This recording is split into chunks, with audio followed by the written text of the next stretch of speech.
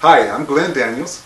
Now let me ask you a question. Have you ever attended a workshop or a seminar where you were just so motivated that by the end of the workshop you just didn't know what to do with yourself, but yet the next morning you got up and said, I didn't learn anything?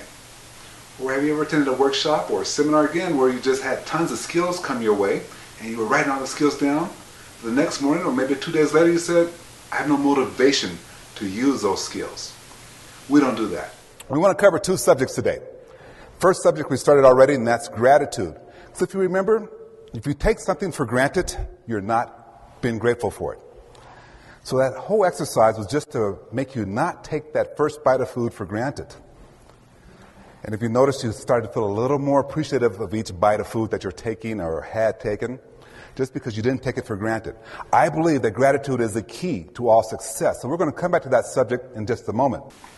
And what we do, we give you solid, concrete exercises and skills that you can use during this seminar. We talk about 4 different exercises. We get you to participate in them. The first exercise you can do in the morning, tomorrow morning.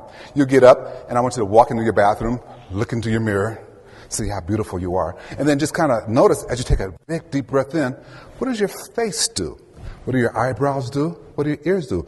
Does your skin on your cheeks, do they change colors? What do your lips do? Just notice that, and then notice the difference when you exhale. Then on your next breath, I want you to take a real soft, laser-like focus onto your left eye.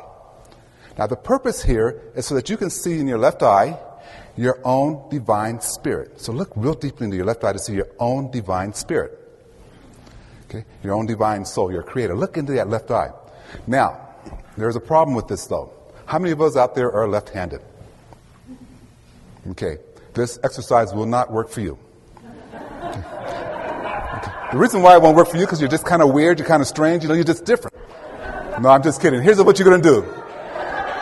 If you're left-handed, you're going to take a soft, laser-like focus into your right eye. You're just wired differently. So you need to go into your right eye.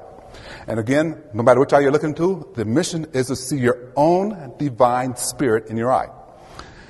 And you're going to say the following affirmation. Now, some of you are going to debate this affirmation right away, but no, it's true for you. I always win. Let's practice it together. Everybody? I always win. Okay. Now, let's say it one more time like you really kind of believe it. Okay, here we go. I personally believe that telling stories is the most powerful learning tool that you can possibly have. And then this boy grew up without a mother. And he grew up with a very strict father.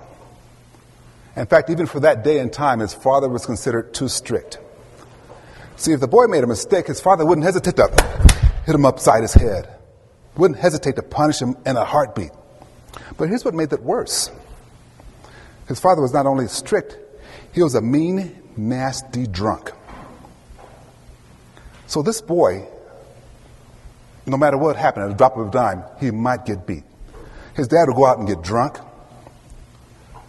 and he would come home and say, fill up my wine glass. So he'd fill up his wine glass. Invariably, the dad would spill wine on him, jump up. The boy would cover, Dad, I'm sorry, please stop. Telling stories perhaps about Beethoven and the struggles he had in writing the Ninth Symphony.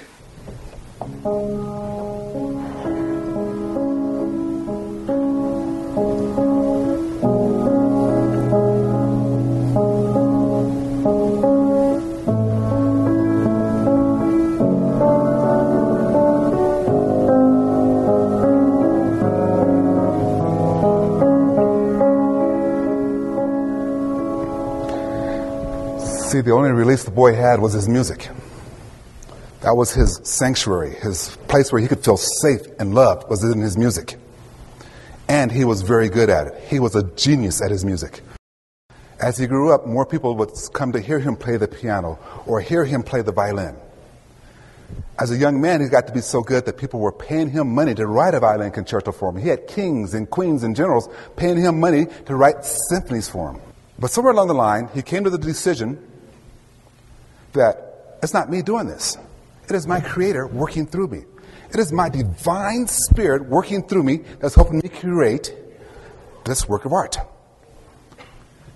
And the genius of him, the reason why he became so overly popular is because he kept on focusing on his gratitude for this.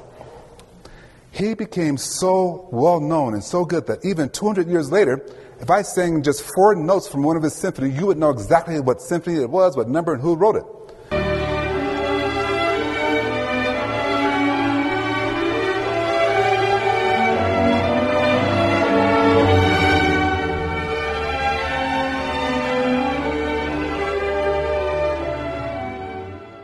It's not about just being motivated and going no place. It's not about just learning skills and not using those skills.